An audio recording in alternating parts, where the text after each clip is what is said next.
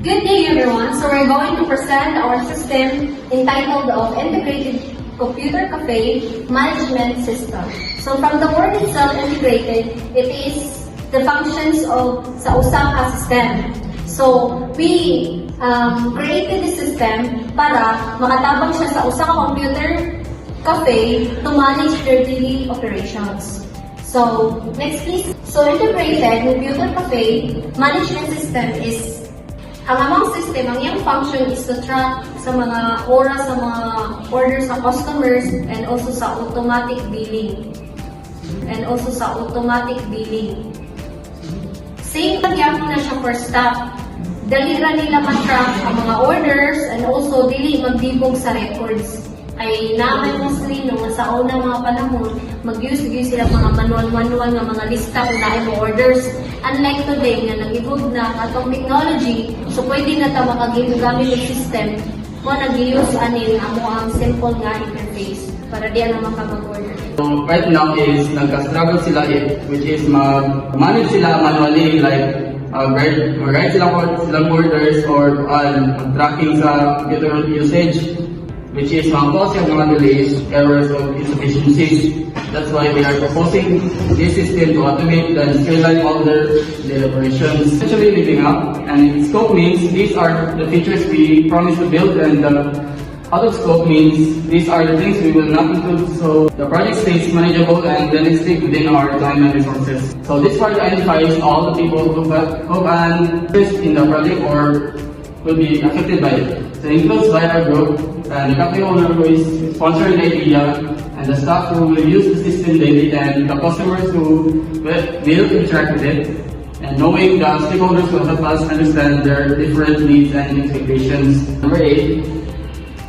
So deliverables are the actual outputs of products that we have to produce and show at the end. So this section is the concrete things we must finish and submit. So not just the working system, but also the supporting documents and presentation that prove our work. And project timelines. So one ang highlight the vision of how the project will flow and from beginning to end. So it breaks the whole project into 5 major phases. So we have a clear roadmap of what we should happen first and next to last. This helps us stay on track throughout the semester.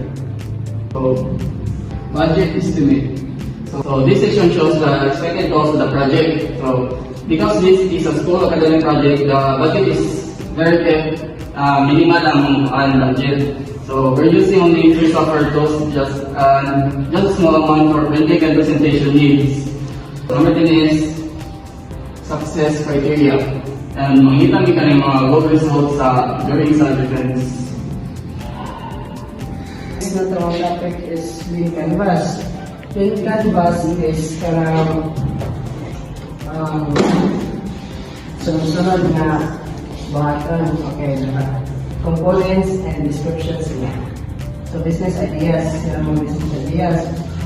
user tracking, inventory, reporting, and ang process niya is for inventory monitoring and lack of performance tracking.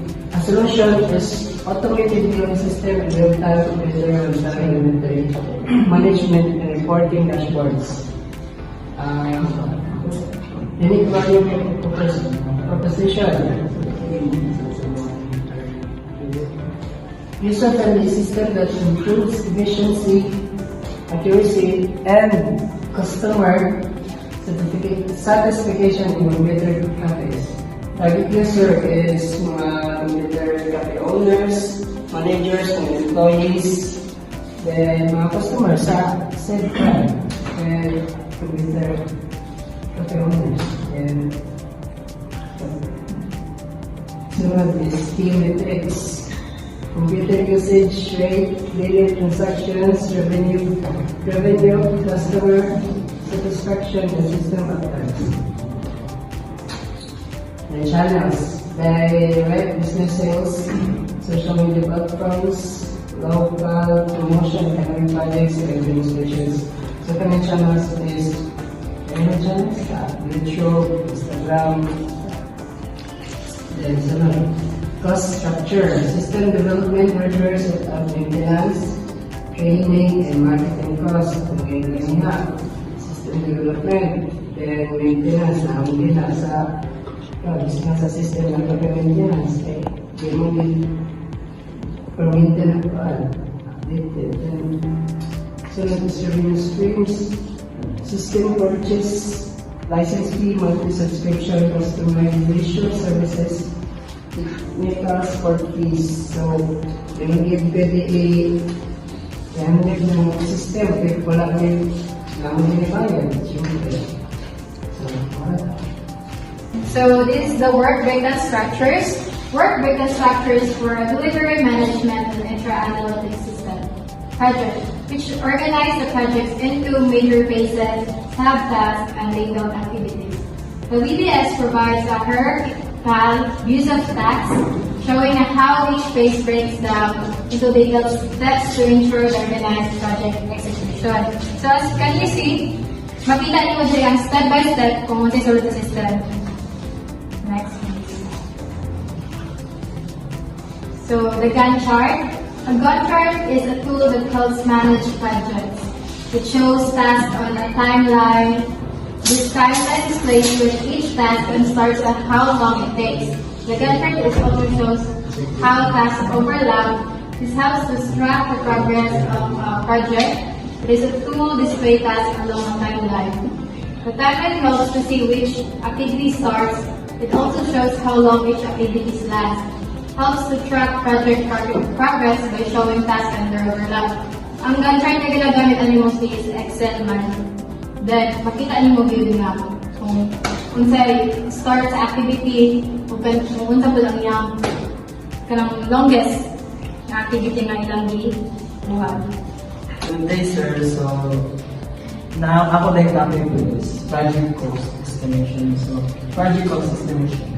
So, project cost estimation is all the cost to develop and implement the system.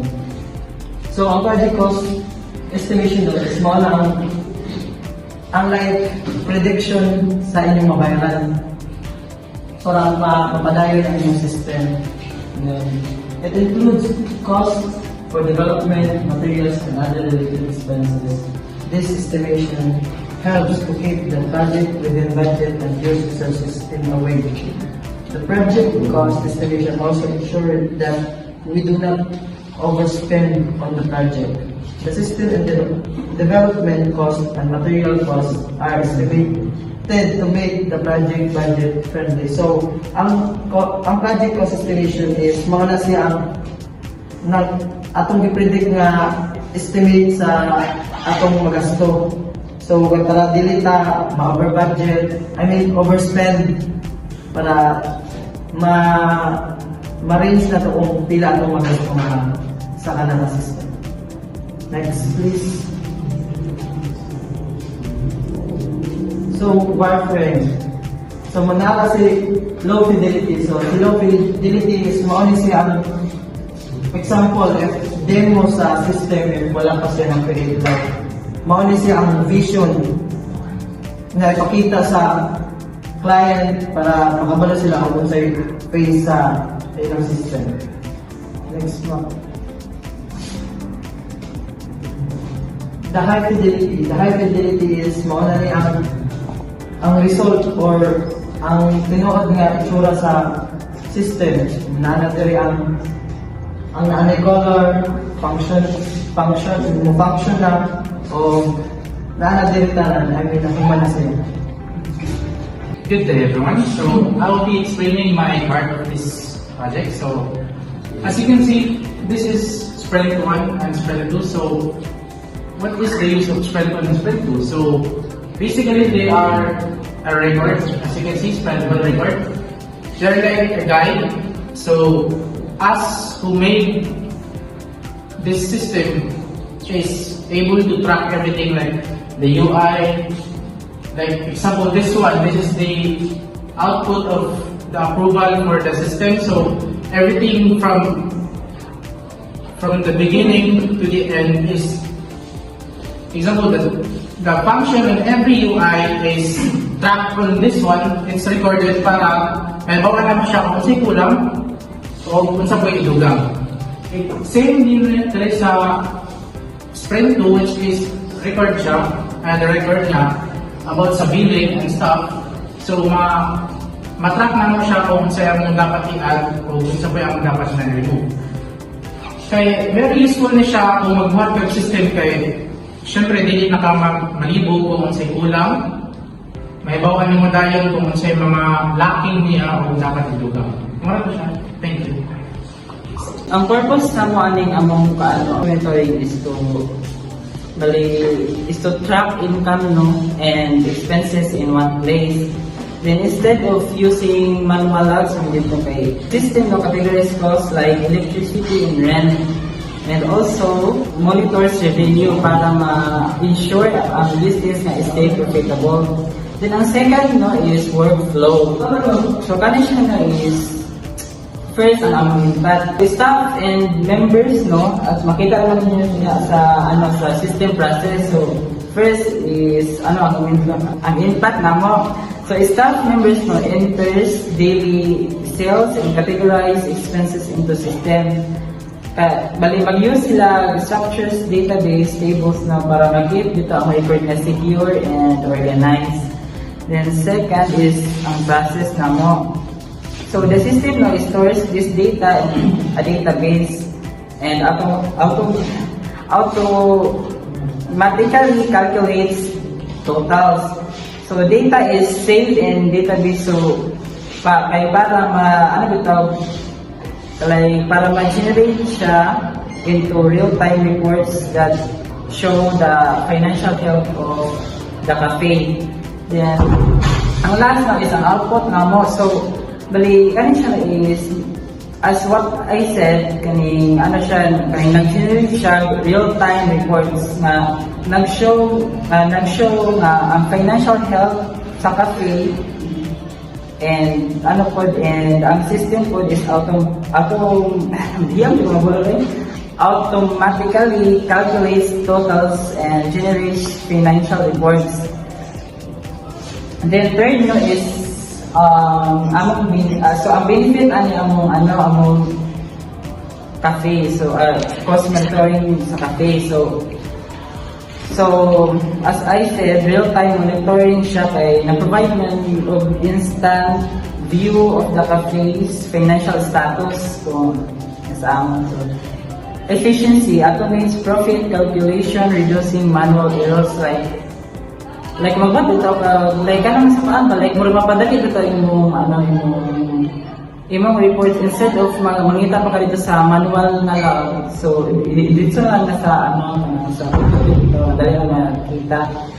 Then sustainability. So kani siya is maka-help siya manage and make data-driven decision to keep the business profitable. So ang summary na ko din is it is a digital accounting tool na i-replace ang manual bookkeeping with an automated database to track cafe's cash flows, allowing for better decision making and long-term business sustainability. Yung last report, so here as you can see makita ninyo ang documentation in user testing. So, maon siya guys, ang ibang buhat last week na present. Okay everyone, so this is our documentation used during the user testing to show na nag-function good ang mga system na properly and effectively. So that's it and Split. documentation after the user testing and sa amo ang system. That's all. Thank you for listening. Bye. I just had to let you know you're